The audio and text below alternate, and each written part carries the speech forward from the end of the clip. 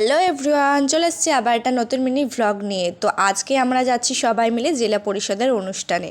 তো বেরিয়ে পড়েছি রেডি হয়ে, আর আমার সাথে আমার বোন ছিল আর মাও ছিল আমার সাথে। তো রাস্তা দিয়ে হাঁটতে হাঁটতে আমরা সবাই মিলে মেইন রোডে চলে এসেছিলাম, আর সবাই মিলে যাব বলে আমরা বাস ঠিক করেছিলাম। আর আমার সাথে কাকিমা, বৌদি, জেঠিরা অনেকেই এসেছিল। আমরা মোট 16 জন ছিলাম, আর দাদারা রাস্তায় দাঁড়িয়েছিল বাসের জন্য। তো এর মধ্যেই বাস চলে এসেছে, আর আমরা সবাই মিলে বাসে উঠে গেছি। বাসে দুটো দল ছিল, ওনারা এসেছিল চুনাখালী থেকে। ওনারা মোট 20 জন মতন ছিলেন, আর আমরা 16 জন ছিলাম। মাদল, ডামসা এগুলোও সব নিয়ে যাওয়া হয়েছিল। লোকেশনটা অনেকটাই দূর ছিল, 3 ঘন্টার জার্নি করেছিলাম। তো এর মধ্যেই চলে এসেছি আমরা। আর এই জায়গাটার নাম হাড়োয়া। তো এখান থেকে লেবে আমরা যেখানে অনুষ্ঠান হচ্ছিল সেই জায়গাটা যাচ্ছি। আর এখানকার গেটটা ঠিক এরকম ভাবে সাজানো হয়েছিল।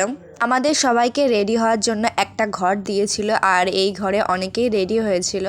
তো জেলা পরিষদের অনুষ্ঠানে মোট 13টি দল এসেছিল। এখানে মেয়েরা রেডি হচ্ছিল, আর ওপরে ছিল ছেলেদের। আর এর মধ্যে আমি রেডি হয়ে গেছি, আর আমার বোন সেজেছিল বউ। তো আমাকে বর্ষা যে কেমন লাগছে কমেন্ট করে কিন্তু অবশ্যই জানিও তোমরা। আমাদের থিমটা ছিল বিয়ের। তো আদিবাসীর বিয়ের নিয়মকানুন কেমন হয় সেটাই আমরা তুলে ধরার চেষ্টা করছিলাম। এরপরে চলে এসেছিলাম আমরা অনুষ্ঠানের এখানে। এরপরেই আমরা স্টেজে উঠবো।